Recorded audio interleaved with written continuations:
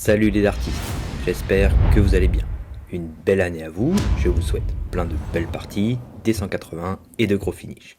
On commence l'année comme on l'a fini, avec un modèle Shot, les Viking Wolf, 90% tungstène en 23 grammes. On commence avec la boîte. Un très joli design et une esthétique propre à Shot.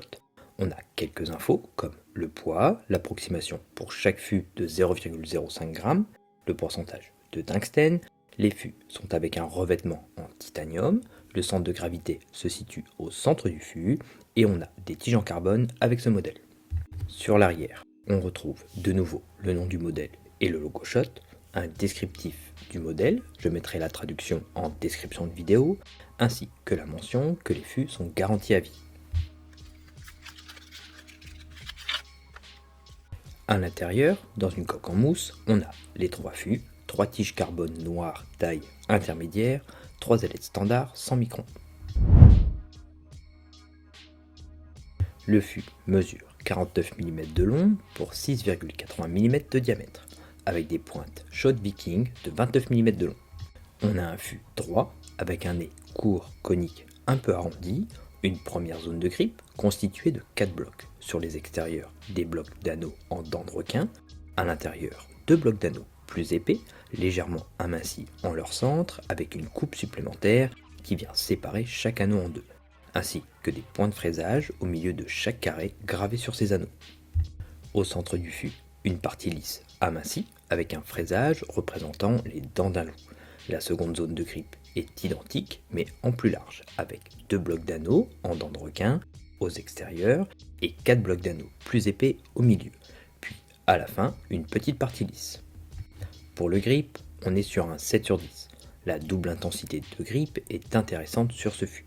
Les blocs en dents de requin offrent plus d'intensité au toucher comparé aux anneaux avec les carrés, mais les deux combinés, cela offre une bonne prise en main, que ce soit sur la zone avant ou la zone arrière du fût. On a des fléchettes bien équilibrées, avec un centre de gravité qui se situe au centre du fût, juste à la fin de la partie amincie. Des fléchettes très agréables à prendre en main. Une prise en main un peu difficile pour moi au début, pile entre le grip et la partie lisse. Ça m'a demandé un petit temps d'adaptation pour trouver la bonne position sur le fût, mais une fois trouvé, c'est très plaisant de jouer avec. Le grip est super, permet une très bonne accroche au bout des doigts, même au niveau de la partie amincie. Avec le grip de chaque côté, j'ai une bonne tenue de la fléchette. Avec ces fléchettes, on a un vol stable, bien équilibré, un peu d'angle à l'arrivée, mais c'est plus dû à mon lancer et des tiges carbone, mais cela pourra être amélioré ou modifié lors de la personnalisation.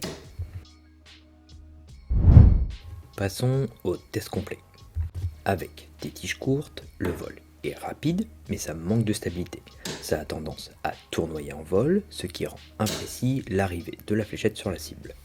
Avec des tiges intermédiaires, le vol est déjà plus stable, avec une bonne vitesse, une longueur qui s'adapte mieux. Avec les tiges médium, le vol est bien stable, un peu plus lent, mais c'est correct, une longueur qui fonctionne bien aussi. Avec la forme slim, on a un angle plat, un vol rapide, mais ça manque de stabilité en vol. Pour la forme poire, le vol est rapide également, mais on a un vol plus stable. Comparé au slim, c'est plus confortable. Avec les kites, on a un vol rapide toujours, mais avec une bonne stabilité en vol. Une forme qui s'adapte mieux ici, notamment avec un lancer plus puissant. Avec la forme standard, le vol est bien stable, un peu plus lent comparé au poire ou au kite, mais ça fonctionne bien avec ce modèle. Pour les Dimplex, c'est la forme qui apporte le plus de stabilité en vol, sans avoir un vol trop lent non plus. C'est une forme qui s'adapte bien avec ses fléchettes et offre un lancer confortable. Pour la personnalisation de ces fléchettes, j'ai choisi des tiges titanium Mako et des ailettes standard Shot. C'est une très belle réalisation de la part de Shot, avec une esthétique propre à la marque, encore une fois. Un beau grip, bien travaillé, sans que celui-ci ne soit trop excessif non plus. Un modèle qui serait plus adapté à une prise en main en arrière car la zone de grip est la plus grande, même si d'autres prises en main sont possibles.